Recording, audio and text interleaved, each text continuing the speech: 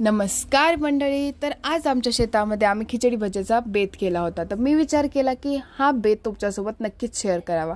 तर ह्या व्हिडिओमध्ये मी तुम्हाला सांगणार आहे की 10 किलोची खिचडी ते पण चुलीवर कशी करावी। तर तुम्ही पाहूच शकता आमची जयंत तयारी झालेली आहे आणि मसाले पण आम्ही सर्व घेतलेले आहोत। आणि तुम्हाला महत्त्वाची बाब मी सांगते, कधी पण तुम्ही चुलीवर जर काही करत असाल तर जे काही आपलं भांडं असतं त्याला थोडीशी माती लावून घ्यायची। का तर सांगते की चुलीवर केल्यामुळे ना ते पातेलं काळं होतं आणि घासायला नंतर खूप जास्त त्रास होतो। त्यामुळे ना पातेल्याला माती लावून घ्यायची। त्यामुळे कसं होतं की पातेलं काळं पडत नाही आणि नंतर घासण्याला पण सोपं जाते। चला तर रेसिपीकडे वळूया। तर घेतलं पातेलं, त्यामध्ये टाकलं तेल आणि मिरच्या टाकल्या आणि आपला थोडासा कढीपत्ता टाकला।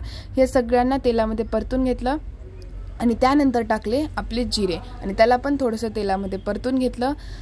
पाहूच शकता तुम्ही ह्या सगळ्यांना आपल्या तेलामध्ये मस्त असा छोटासा तडका टाईप दिल्यासारखा दिला। आणि हेच पाहूच शकता तुम्ही आज आमच्या खिचडीचे मेन आचार्य आहेत, ज्यांनी ही मस्त आणि चवीला तर उत्तम अशी खिचडी केली होती। आणि ते झाल्यानंतर आम्ही थोडासा गरम मसाला टाकला आणि सिक्रेट सांगते आमच्या खिचडीचं, आम्ही ना खिचडीमध्ये थोडासा ओवा टाकतो। ओव्याने ना खरंच खिचडीला उत्तम अशी चव येते। आणि त्यानंतर टाकले आम्ही तेजपत्ता। बाकी खडे मसाले आम्ही जास्त काही टाकले नाही, पण या सगळ्यामुळे आमची खिचडी मसालेदार झाली होती।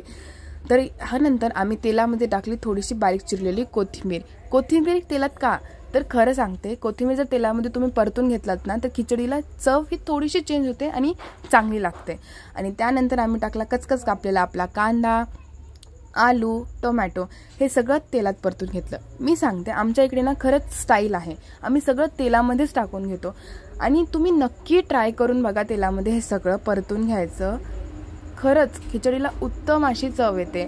तुम्ही ट्राय करा आणि मला कमेंटमध्ये सांगा की कशी झाली होती खिचडी ते। आणि त्यानंतर आम्ही टाकले शेंगदाणे, ते पण तेलामध्ये उत्तम परतून घेतले। तुम्हाला सांगू का, उन्हाळ्यामध्ये थोडीशी थंड हवा आणि समोर खिचडी भज्जे, ह्यानंतर माणसाला आयुष्यामध्ये पाहिजेच काय, सुख म्हणजे हेच तर असते ना, नाही का। तर त्यामध्ये टाकला आम्ही आपलं मीठ आणि मेन इन्ग्रेडियंट म्हणजे हिरो प्रोडक्ट म्हणजे आपला तांदूळ। आणि ह्या सगळ्यांना मस्त मिक्स करून घेतलं। आणि एक गंमत म्हणजे हे सगळ्यांना आम्ही आमच्या जेंट्स लोकांकडे दिलं होतं। म्हणतात ना माणसांना बायकांपेक्षा थोडी जास्त जरा चव असते, म्हणलं बघू किती चव असते। छोटं मोठं काम आम्ही केलं बाबा, चला बसल्या बसल्या तेवढीच हेल्प म्हणून, पण बाकी फोडणी वगैरे खिचडीला देणं ना हे जेंट्स लोकांकडे काम होते। आणि खरं म्हणजे खरंच उत्तम खिचडी झाली होती। तर पाहू शकता तुम्ही आम्ही सगळे तांदूळ जे आहे मस्त असे आपले जे काही मिक्सचर होतं त्यामध्ये मिक्स करून घेतलं। आणि आत्ताच ह्या खिचडीकडे बघून ना माझ्या पोटातले कावळे ओरडतात आणि तोंडाला पाणी सुटले बाबा, खरंच मस्त अशी झाली होती। तर हे सगळं मिक्स करून घेतलं आणि कसं थोडं चांगलं मिक्स होऊ द्यायचं सगळं तांदळासोबत आपलं जे मिक्सचर आहे। आणि त्यानंतर टाकायचं पाणी। आणि महत्त्वाचं म्हणजे पाणी थोडंसं जास्त टाकायचं, कारण की कुकरमध्ये थोडंसं पेक्षा आपल्या चुलीवर जे आहे थोडं पाणी जास्त लागते, त्यामुळे पाणी थोडं जास्तच ठेवायचं। पाहू शकता तुम्ही। आणि खिचडीचा रंग कसा आलेला आहे, दर 5-5 मिनिटाला ना चेक करत राहायचं खिचडी, कारण की काय होतं चुलीवर असल्यामुळे ना खालचं शिजून जाते आणि वरचे तांदूळ तसेच राहतात, त्याच्यामुळे दर 5 मिनिटाला चेक करायचं। आणि खिचडी जी आहे ती थोडीशी मिक्स करत राहायची। पाहू शकता आपली खिचडी अशी चुलीवरची मस्त तयार झालेली आहे। आणि सगळ्यात पहिला मान आम्ही आमच्या बच्चे कंपनीला दिला।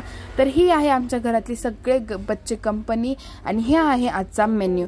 तर धन्यवाद, चॅनलला सबस्क्राईब करा।